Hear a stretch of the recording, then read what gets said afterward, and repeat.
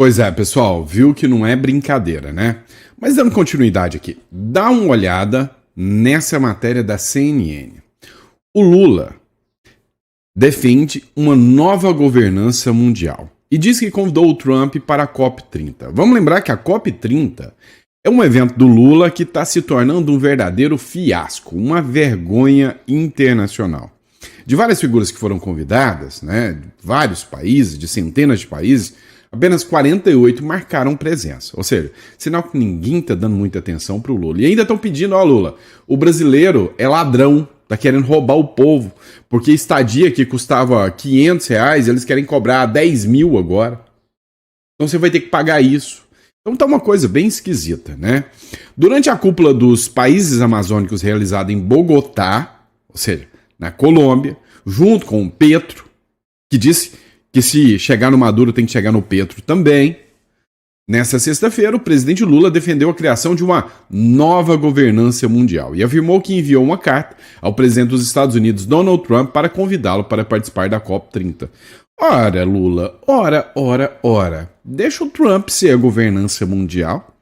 Você não tá incomodadinho? O Trump tá se tornando uma governança mundial, tá se tornando o cara poderoso do planeta, mas aí tem que ser alguém de esquerda, né? Agora, cada matéria que existe, né? O Lula foi lá para a Colômbia, um dos países que antes dele chegar lá na Colômbia, né, o crime organizado lá tá tão destruidor, tão devastador, que teve atentados de terror, onde deixaram mortos e feridos, antes do Lula chegar, horas antes do Lula chegar. E aí o que acontece? O Lula vai lá e critica o Donald Trump pela atuação dele contra o crime, contra os cartéis aqui. E defendeu também que os países da Amazônia é quem tem que cuidar dessa paradinha aí dos traficantes. Ah, cá entre nós. Já mostraram muito bem que não dão conta do recado, né? Olha o que o Lula falou. Eu sei que vai doer seus ouvidos um pouquinho, mas fica tranquilo. Mas escute-me. Que os países ricos nos acusam de não cuidar da floresta. Aqueles que poluíram o planeta tentam impor modelos que não nos servem. Utilizam a luta contra o desmatamento como justificativa para o protecionismo. Usam o combate ao crime organizado como pretexto para violar nossa soberania. Vamos lá. Você precisa entender esse trecho aqui, né? Quem publicou foi o blog da Thalita Moema, né? O presidente Lula afirmou nessa sexta-feira que países ricos utilizam o combate ao crime organizado como justificativa para violar a soberania do nosso crime, é? Vem cá, o Lula deveria estar grato, deveria agradecer ao Donald Trump de talvez livrar, né, a América Latina aqui dessas facções e desse verdadeiro crime organizado, sim, desse verdadeiro grupo terrorista. Sim, senhor. Você goste ou não goste, o Trump tá, ó, certinho. O Lula aqui deveria estar elogiando, parabenizando o Donald Trump. E não nessa patifaria de falar, ó, países ricos estão fazendo isso com a gente. Não, deveria estar agradecendo. E digo mais, deveria falar, não, ó, Trump, tamo junto aqui, meu amigo. Vamos fazer isso. Bora fazer certo. Agora, eu não concordo que você tem que pegar o Maduro, eu acho que o Maduro é o presidente eleito, aí ele tem que mostrar a cara. Ele tem que se falar, olha, não, eu acho que o Maduro é o presidente eleito, é meu amigo e eu sou contra ele invadir a Venezuela, mas se o negócio é combater o crime organizado, tiro porrada e bomba. Ou seja, cara, tá totalmente fora de linha, fora de controle, né? É um absurdo. Ah, essa matéria que eu pus na tela aqui, eu ia passar, né? Mas vamos falar de crime organizado. Dá uma olhada aqui, né? Se tem uma coisa que eu odeio, eu detesto, é ladrão de celular, é ladrão. Eu detesto, odeio. Agora, você precisa entender uma coisa, nem todo mundo é assim. Tem gente, tem filósofos por aí, da esquerda, lógico, que defendem o direito do ladrão roubar um celular, porque a sociedade humilhou ele e ele tem que ter esse direito. Você vai ver essa cena, um motoqueiro subiu em cima da calçada, roubou o celular de uma equipe, de um vereador, enquanto fazia o vídeo com o Tom Zé. Tom Zé, eu não sei quem é não, mas enquanto fazia um vídeo, né? O vereador Nabil Bonduki. Adivinha de qual partido que ele é? Escuta. Veja, né? Ó, tá lá de boa, né? Tá lá a equipe para gravar lá com o Tom Zé, né? De repente chega um motoqueiro, uma vítima da sociedade, faz a de redistribuição de renda, e aí eles saíram correndo, né? Que isso? Iam agredir o pobre menino, o pobre rapaz? Pois é. Só para saber, o Nabil Bonduki é do PT. E aí, a menina que saiu correndo atrás do ladrão aqui, pelo amor de Deus, ela não podia ter feito isso não. Opa, ladrão não, desculpa. Da vítima da sociedade, ela não podia ter feito isso não. Ah, que é isso, né? Que maldade andar atrás do menininho assim. Olha, eu falei pra vocês que eu ia trazer um vídeo satisfatório. Pra mim é o seguinte, quando rouba petista, é redistribuição de renda. Porque os petistas defendem esse tipo de coisa.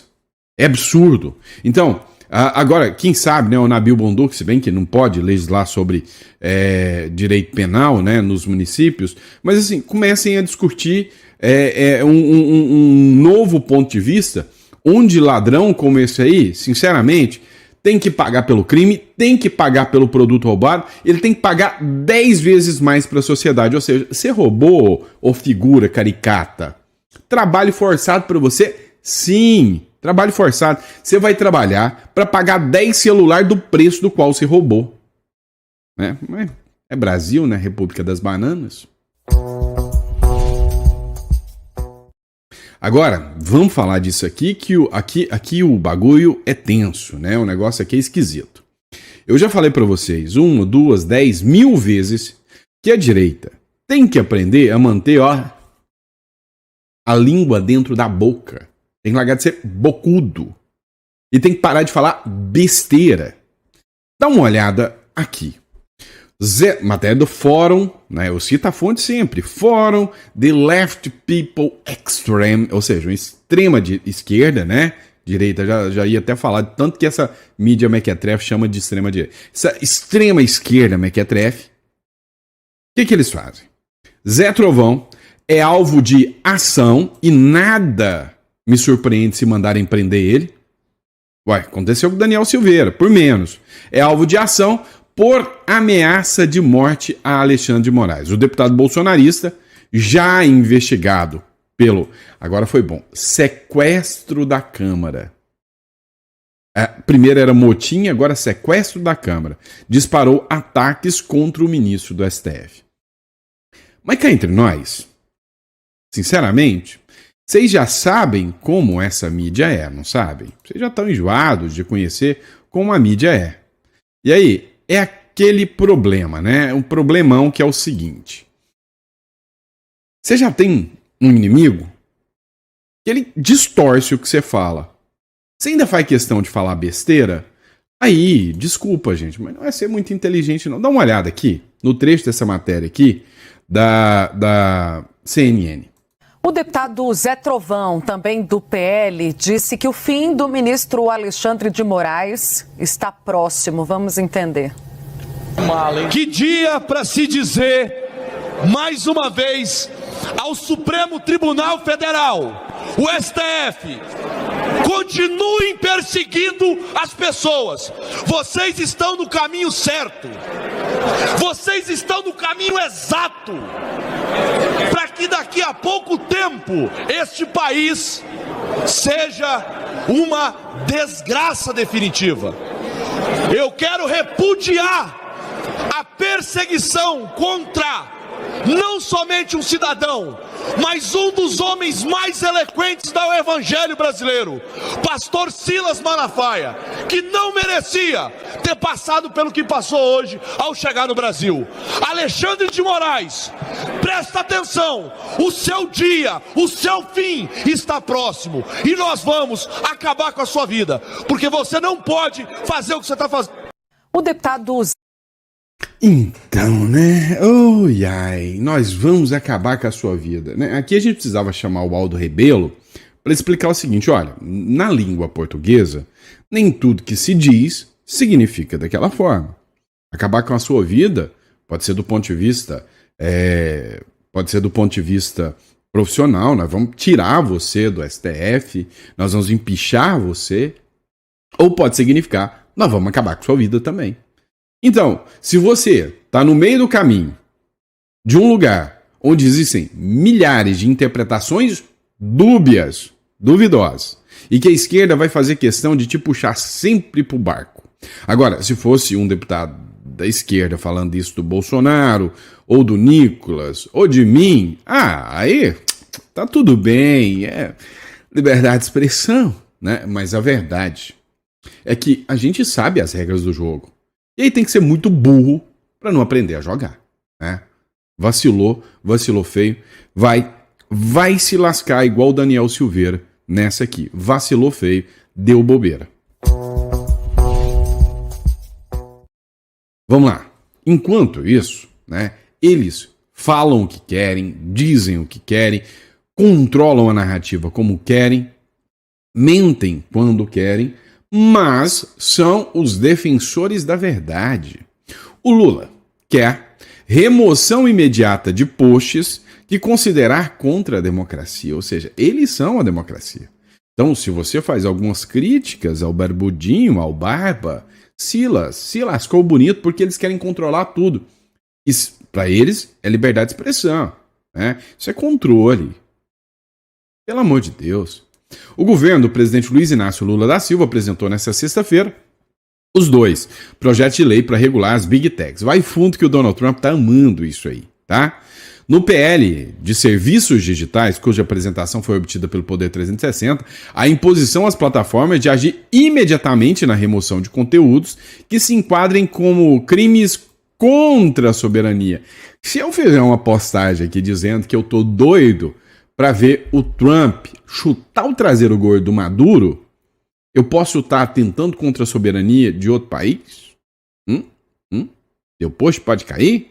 Contra crianças e adolescentes?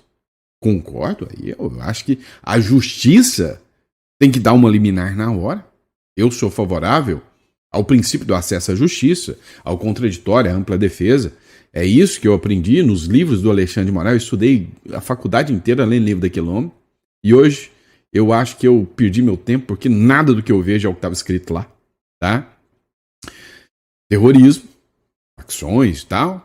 Nesses casos, as empresas devem ter mecanismos para detecção imediata e indisponibilização dos conteúdos. Esses crimes contra o Estado Democrático de Direito estão os conteúdos relacionados ao golpe de Estado, abolição violenta do Estado Democrático de Direito, que constam nos artigos do Código Penal 359 e 359-R. Então, se eu falar fora Lula, impeachment já, eu estou atentando contra o Estado Democrático de Direito? Depende de quem interpreta, meu amigo. É aquele negócio. Eu te dou o nome, você me dá o crime. Vamos lá. Vocês viram essa aqui? A Polícia Federal confirmou uma falha em obtenção de provas contra Bolsonaro. Meu amigo. Não é brincadeira, não. A Polícia Federal, né, ela enfrentou um revés. Por quê? Porque ela pegou o celular do Bolsonaro. E aí ela fez várias acusações mencionando os crimes possíveis do Bolsonaro. O problema é que as conversas do WhatsApp usa aquele sistema de apagamento automático, e aí eles não conseguiram recuperar. Então, pelo menos 15 arquivos que estavam mencionados nas conversas do Bolsonaro nas discussões da Polícia Federal, se foi, né? Se foi. Então, o que aconteceu? Mencionaram, utilizaram isso como argumento, mas não conseguiram recuperar os arquivos do WhatsApp do Bolsonaro. Ou seja, foi esquisita, né? Resumindo, é lógico que a defesa vai pedir a anulação desse inquérito contra o Bolsonaro, devido, né, essa loucura toda. E aí vem uma outra matéria que é de assustar dentro de um Estado democrático de direito. A Polícia Federal achou anotações em carro de Bolsonaro sobre a delação de Mauro Cid. Cara, é uma violação dos direitos e garantias e prerrogativas atrás da outra. Era um processo que era para ser sigiloso. Vazaram para a imprensa violando o princípio do sigilo. Tá? São notas da defesa, um papel em branco, com as menções, uma espécie de linha do tempo da delação do Mauro Cid, com as inconsistências da delação do Mauro Cid. É estratégia de defesa. A Polícia Federal vem e libera esses papéis para a acusação. E aí eu te pergunto, e aí o AB pode isso, Arnaldo? O AB pode a estratégia de defesa do advogado ser liberada assim? Os papéis em folhas brancas foram apreendidos durante diligência em 17 de julho. Apesar disso, não foram incluídos no inquérito por coação, do qual o Bolsonaro já foi indiciado, por não se enquadrar no escopo da investigação. O Metrópolis apurou com investigadores que os registros podem ter sido feitos pelo ex-presidente ao longo do interrogatório do ex-braço direito. Segundo investigações, o material apresentava uma espécie de linha do tempo a partir da colaboração premiada de Mauro Cid. O contexto exato não foi identificado, mas os rabiscos sugerem apostamentos relacionados a possíveis estratégias de defesa do Bolsonaro. E aí você pega um lado, pega a estratégia de defesa dele e joga para o outro. Ou seja, o lado da acusação agora, amostradinho, eu tô vendo aqui, ó, sua estratégia de defesa, que bom. Meus argumentos serão contra isso agora. Quer dizer, se bem que se precisasse de argumento, né? Porque a cela do Bolsonaro já tá pronta e a gente já sabe disso. Vamos lá, mas não para por aí não. Tem mais coisa. Ontem o Infomoney publicou isso aqui. O Bolsonaro recebeu 30 milhões, ou seja, 30 milhões em um ano, diz relatório da PF. Veja as movimentações. Nossa, muita grana, 30 milhões. Meu Deus, que bandido corrupto esse Bolsonaro. Será? Presta atenção o que diz aqui. Movimentações entre março de 2023 e abril de 2024. Então, foi Pix, CDB, câmbio, proventos de salário, transferência, resgate de aplicação financeira, previdência privada, DOC e TED distribuído, teve um bloqueio judicial de 30 mil, teve um depósito online de 7 mil e pouquinho, teve estorno de pagamento que voltou, teve depósito. Então, assim, a grana foi ali demonstrada por A mais B. Mas vem cá, você sabe qual que foi, né, a conclusão lógica? Incorruptível, né? A PF vasculhou 30,5 milhões de Bolsonaro e, de novo, não achou crime. Que problemão. Mas aí a imprensa toda está investigando a suspeita de lavagem de dinheiro, suspeita de lavar dinheiro, que não sei o que, só para manchete parecer que o Bolsonaro é um lavador de dinheiro, mas toda a movimentação foi demonstrada. Agora eu te pergunto, quebra o sigilo bancário do Lula para a gente ver o que tem lá, né?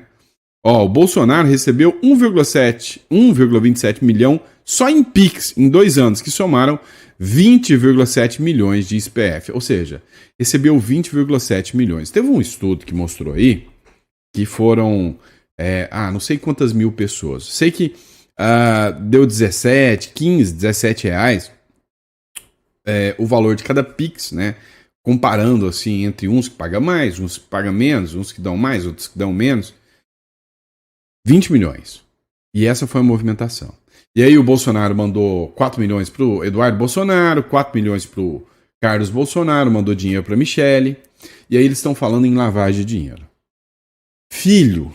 Meu filho, presta atenção aqui no papai, tá? Presta atenção. Quem é burro o suficiente para fazer lavagem de dinheiro, mandando dinheiro de CPF para CPF, para filho, para esposa?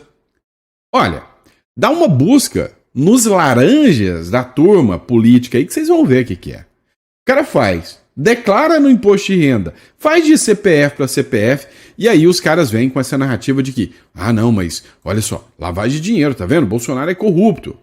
Cara, líder do PT pediu bloqueio de bens do Bolsonaro por recebimento de 30 milhões de reais. Pois é, veio Lindenberg Farias e já apresentou um pedido para bloquear todo o dinheiro. O sistema, né, o modo de atuação da turma é o seguinte: vamos pegar você, vamos tomar tudo que você tem e vamos te mandar para a cadeia. Inclusive, você não vai sozinho, a família inteira vai junto.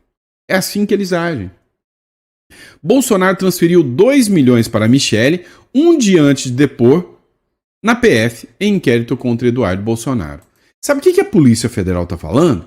Está falando que ele mandou o dinheiro do CPF dele para o CPF da Michele. um dia antes de depor, para tentar ocultar o patrimônio no CPF. Quer ver outra? A PF indica que Eduardo e Bolsonaro, né, teriam usado contas de esposas para ocultar dinheiro. Peraí, eu tiro o dinheiro da minha conta, mando para minha esposa. Isso é ocultação de dinheiro? Mas que sofisticação é essa que eu nunca vi entre os caras do mensalão, que usavam laranjas, empresas, construtoras, né? Aí o jogo era bem diferente. E aí vem, Bolsonaro enviou 2 mil para Michele para ocultar bens de SPF.